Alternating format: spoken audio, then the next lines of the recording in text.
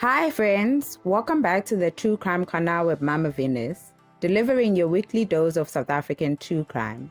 Today we are going to be talking about the life and crimes of Thozamile Taki, dubbed the Sugarcane Killer. He's a serial killer who killed at least 10 women and dumped their bodies in the sugarcane fields of Shayamoya in Umzinto KwaZulu-Natal.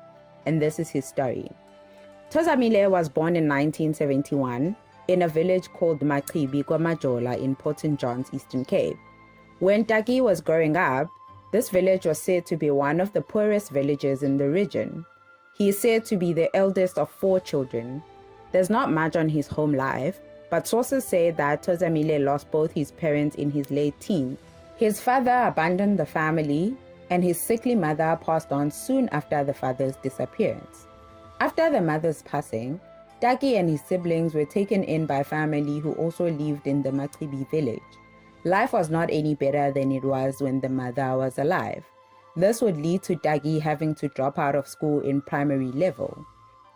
Throughout his youth, Taki is said to have lived in a one-room dilapidated house with an old uneven bed and a small window.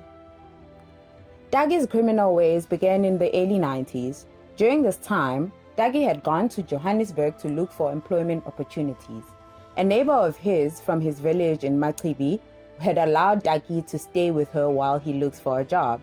Not long after his arrival, Taki was rumored to be working with a group of Mozambicans who violently robbed homes in Johannesburg.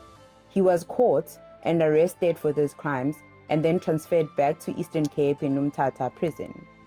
Not having a proper home, after his release, he went to stay with his cousin and sometimes would stay with his girlfriend, who later became his wife and had 2 children.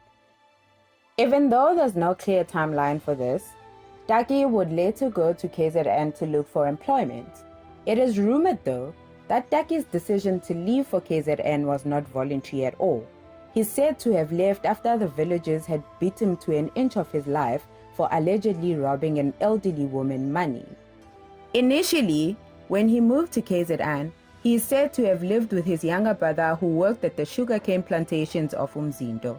He would later move around Durban, staying in areas such as Woolpidach and Chatsworth. During his stay in Durban, he would frequently visit home, but he would not bring anything that signifies that he was working. There is no clear timeline as to how long after his move to Durban had Taki started killing, but it was the 9th of September 2007 when a dog surfaced from the sugarcane fields of Shayamoya in Umzinto with a decomposing head of a woman. In complete shock, the residents gathered and followed the trail into the sugarcane field. This led them to a decomposing headless body of a woman. As the community gathered in crowds around this body, they discovered another decomposing body barely 15 meters from the first body.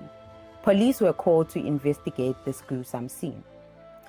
A few days will pass after this, and sugarcane workers would discover more decomposing body and skeletal remains.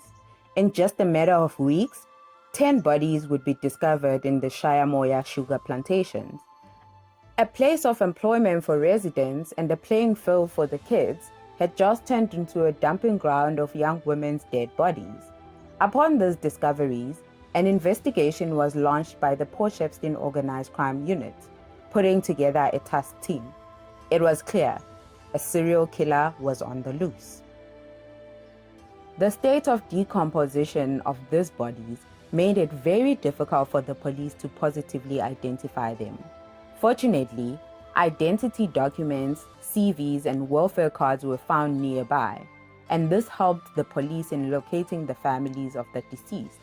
It is not clear if these cards and IDs were left there on purpose, but due to the calculated nature of the killings, it is highly unlikely that the killer left these by mistake. Upon using these documents to locate the family, the police had discovered that all the families had opened missing persons cases. The families would tell the detectives that the last time they had seen or spoken to their loved ones was when they were told that they were going to meet a man who is a job recruiter for various big companies in Durban. This man had promised each of these young women jobs. His MO was luring young women with the promise of high-paying jobs. He He would then take them to the sugarcane fields where he would strip off their clothes, rob them of their cash and cell phones, and then strangle them to death. Before taking them to the promised job location, he would instruct the women to bring rent money at their new jobs or bring bribe money to secure employment. He asked for an amount ranging from 300 Rand to 3,000 Rand. The first breakthrough in this case would be made when a young woman came forward claiming to be one of the women lured for a job, but she decided last minute not to go with the man. She provided the police with an identikit of this man. Weeks later, another major breakthrough would be made in this case and would subsequently lead to Taki's arrest. A cell phone of one of the victims was traced and found in Stenga, KwaZulu-Natal. The phone was being used by a woman named Dunyiswa Daniso, who told the police that her brother-in-law had gifted her with the phone. Since she didn't know where her brother-in-law lived in Durban, Daniso would take the police to her sister, Taki's wife, in Port St. John's, and the wife helped locate Taki. Taki would be arrested on the 24th of September 2007, around 2 in the morning. This arrest took place in Woolbedach in Chatsworth. The heavily armed police had burst through the door of the low-cost home where Taki lived with his girlfriend, Hlengiwe Nene. Inside their home, items of clothing and cell phones belonging to the victims were found. Both Taki and Nene were arrested. Nene was charged as an accessory after the fact. Sources say that 3 other people were arrested in connection to these cases, but were later released.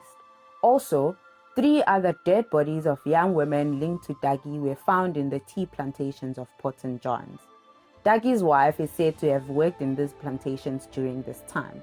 This brought Taki's body count to 13 women. Thozamile Taki was charged on 13 counts of murder and 13 counts of robbery with aggravating circumstances. While it was suspected that the women were raped, the state could not prove the allegation as the bodies of the women were burnt or badly decomposed. His trial began in 2008 and was concluded at the Durban High Court in January 2011, where it was moved for sentencing. During his trial, Taki showed no remorse of his actions. In court, he would occasionally make snarky comments during testimonies against him, disputing every piece of evidence presented. He would smile when the relatives of the deceased cried hysterically in court. He seemed to be quite involved in his defense, as he would write notes and give instructions to his lawyer during the proceedings. In March 2010, while his trial was still ongoing, Taki was one of 8 prisoners who tried to escape from Westville prison. He fell through a 4th floor ceiling during the escape bid and had to be hospitalized. This did not help him in any way, as it added another charge of escaping from lawful custody. He was found guilty on all 26 charges relating to killing 13 women. On the 19th of January 2011, Taki was handed 13 life sentences and 208 years in prison. The judge said that Taki could not be rehabilitated, therefore should spend the rest of his life behind bars. Now, on his co-accused, Hlengiwe Nene, she was also tried and found not guilty of the charges against her. During her court proceedings, Nene said that she had no idea what Taki had been up to and did not suspect anything when Taki brought home second-hand clothes and cell phones. She said that Taki had told her that he worked for Telkom. She further told the court that she had broken up with Taki after their arrest. Not far from where Taki's victims were found near the Shayamoya township, a memorial plaque has been erected. This is in remembrance of the 13 women who went in search of a job but fell prey to one of KwaZulu-Natal's worst serial killers. Okay guys, this is where we ended with this case. This was another heavy case, quite upsetting to any human being.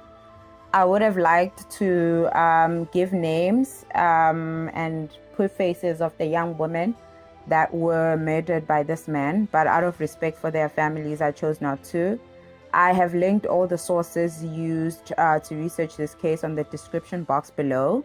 Thank you so much for watching. Please don't forget to click subscribe on your way out. Also, please feel free to like and share this video with your mates. and share your opinions in the comment box below. Yeah, have a great week, fam. See you next Monday.